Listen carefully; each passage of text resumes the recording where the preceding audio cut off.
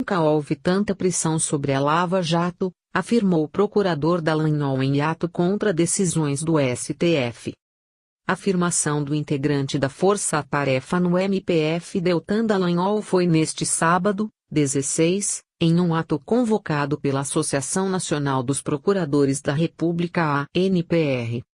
O procurador da Força-Tarefa da Operação Lava Jato Deltan Dallagnol criticou as decisões do Supremo Tribunal Federal, STF, sobre o envio de casos de Caixa 2 ligados a outros crimes para a Justiça Eleitoral e a suspensão do acordo que permitiria a criação de uma fundação para gerir recursos acordados pela Petrobras com autoridades americanas. As afirmações foram feitas durante um ato de desagravo à Força-Tarefa da Lava Jato, neste sábado, 16, na sede do Ministério Público Federal, MPF, em Curitiba, convocado pela Associação Nacional dos Procuradores da República ANPR. Nunca houve tanta pressão sobre a Lava Jato como na última semana, afirmou Dallagnol. Segundo ele, diante da decisão de envio de determinados casos à Justiça Eleitoral é preciso reconhecer que o trabalho contra a corrupção não vai mais ser o mesmo. Nós nos comprometemos a fazer de tudo e usaremos os melhores argumentos técnicos e jurídicos para defender o nosso trabalho e para continuar atuando do melhor modo possível contra a corrupção, mas nós precisamos reconhecer que muito saiu de nosso controle, afirmou. Dallagnol também argumentou que o acordo para a criação do fundo, que receberia 80% dos 2,5 bilhões de reais acertados pela estatal com as autoridades americanas, foi feito de modo plenamente irregular. Para o procurador, as decisões do STF são respeitadas e cumpridas, mas que não estão isentas de críticas. Durante o ato foram lidas 7 notas em apoio à atuação da Força-Tarefa da Lava Jato e contrárias às decisões do STF, assinadas por integrantes de diversas associações e conselhos de procuradores do país. Decisão sobre casos de Caixa 2 ligados a outros crimes. O STF decidiu na última quinta-feira, 14, por 6 votos a 5, que crimes eleitorais como o Caixa 2, não declaração na prestação de contas eleitorais de valores coletados em campanhas, que tenham sido cometidos em conexão com outros crimes como corrupção e lavagem de dinheiro devem ser enviados à Justiça Eleitoral. Foi analisada uma questão de ordem apresentada no inquérito que investiga o ex-prefeito do Rio de Janeiro Eduardo Paes, DEM, e o deputado federal Pedro Paulo, DEM Rio de Janeiro. Em seus votos, vários ministros defenderam a eficiência da Justiça Eleitoral.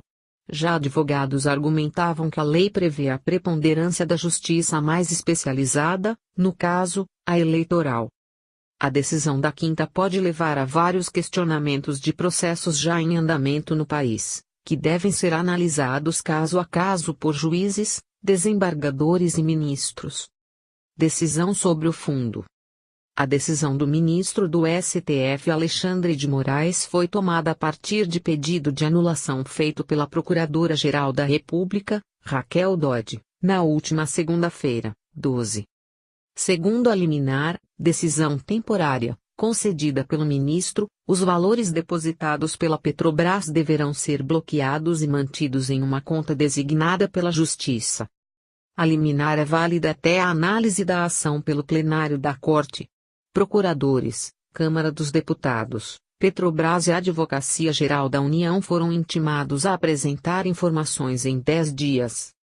A Força-Tarefa já havia pedido para suspender a parte mais polêmica do acordo, a que prevê a criação de entidade para administrar uma parte dos recursos.